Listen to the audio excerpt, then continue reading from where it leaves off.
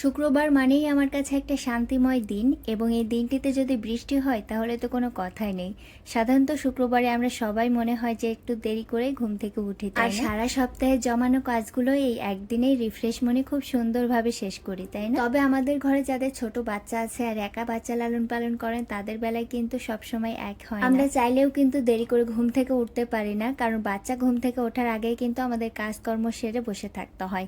এই যে আজকে শুক্রবার আমি খুব সকালে কিন্তু ঘুম থেকে সকাল সকাল উঠে এক কাপ গরম কফি কিংবা চা না হলে তো চলেই না। তো আমি এখানে কিন্তু ইনস্ট্যান্ট কফি তৈরি করে খেয়ে নিলাম। আর এখানে আয়রার বাবা মিষ্টি এনেছিল, সেই মিষ্টিও খেয়েছি। বাইরে তো প্রচুর পরিমাণে বৃষ্টি হচ্ছে, তো আমার মনটা কিন্তু আজকে অনেক বেশি ভালো, কারণ বাইরে বৃষ্টি হচ্ছে। বৃষ্টি হলেই আমি বৃষ্টির পানি হাতে কিংবা মুখে একটু না একটু লাগাবই, আমার অনেক বেশি ভালো লাগে। এদিকে আমি গরু মাংস ভিজিয়েছি, আমি অল্প একটু গরু মাংস রান্না করব আজকে। আর সবগুলো মশলা কিন্তু ব্লেন্ডারে ব্লেন্ড করে নিয়েছি। ইদানিং আমি অনেক অলস হয়ে গিয়েছি, শিলপাটাই বাটতে আমার একটুও ভালো লাগে না।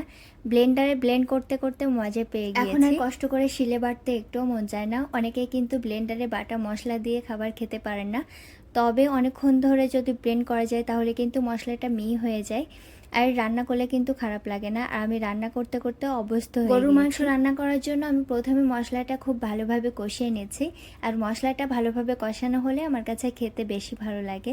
তো এখানে কিন্তু লবণ হলুদও দিয়ে দিলাম পরিমাণ মতো, তারপরে মাংস দিয়ে দিলাম। মাংস কিন্তু খুবই কম, যেহেতু দুইজন মানুষ, আর আয়রা তো গরু মাংস খেতে পারে না, চাবাতে পারে না বলে। আর কয়েকদিন ধরে আমি খুবই অসুস্থ, আমি কিছুই খেতে পারছি না। মাংসতে কিন্তু আমি কিছু আলু ব্যবহার করব, মাংসের আলু আমার খুবই পছন্দ, আয়রাও খায়।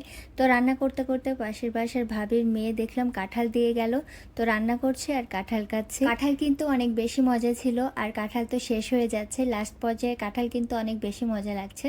আর কাঁঠালটা একটু শক্ত শক্ত ছিল, এমন কাঁঠাল আমার অনেক বেশি পছন্দ।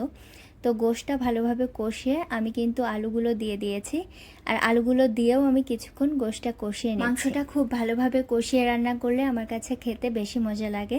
আর মাংসটা কিন্তু খুব ভালোভাবে সিদ্ধ হয়ে গিয়েছে। এখন ঝোল দিয়ে দিচ্ছি, আর অবশ্যই কিন্তু এখানে গরম পানি ব্যবহার করি, ঠান্ডা পানি এখানে ব্যবহার করি না। ঠান্ডা পানি ব্যবহার করলে মাংসের টেস্টটা একদমই নষ্ট হয়ে যায়। তো সব সময় আমি রান্নার ক্ষেত্রে গরম পানিটাই ব্যবহার করি যে কোনো তরকারি। আয়রা ঘুম থেকে উঠে গিয়েছে, আর ওর জন্য আমি নুডলস আগে থেকে রান্না করে রেখেছিলাম। ও এখন ল্যাপটপে কার্টুন দেখছে আর নুডলস খাচ্ছে। আর আমি এখানে তাল মিস্ত্রি ভিজিয়েছিলাম, আমি কয়েকদিন ধরে খুবই অসুস্থ, তো এখানে ইসুপগুলোর ভুসি আর তাল মিস্ত্রি ভিজিয়ে রেখেছিলাম।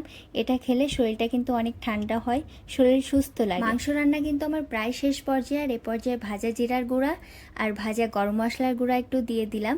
এক্ষেত্রে কিন্তু মাংসের টেস্টটা কিন্তু দ্বিগুণ বেড়ে যায়। আমি যে কোনো মাংস রান্নার ক্ষেত্রে লাস্ট পর্যায়ে ভাজা জিরার গুঁড়া আর ভাজা গরম মশলার গুঁড়া দিয়ে কিছুক্ষণ জাল করে নিই। এক্ষেত্রে মাংসের টেস্টটা দ্বিগুণ বেড়ে যায়, খেতে অনেক বেশি মজা হয়। আপনারাও দেন কিনা আমাকে কিন্তু অবশ্যই কমেন্ট করে জানাবেন। এদিকে দুপুরের খাবার সময় হয়ে গিয়েছে, আয়রার বাবাকে খাবার দিয়ে দিয়েছি, আর আমি এখন খেয়ে নেব।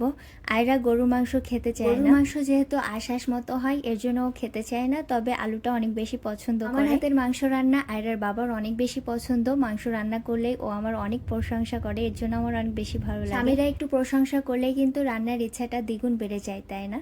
তো খেতে থাকি, আর আপনাদের সাথে খেতে খেতেই বিদায় নিচ্ছি। আজকের মতো এখানেই শেষ করছি। আল্লাহ হাফেজ।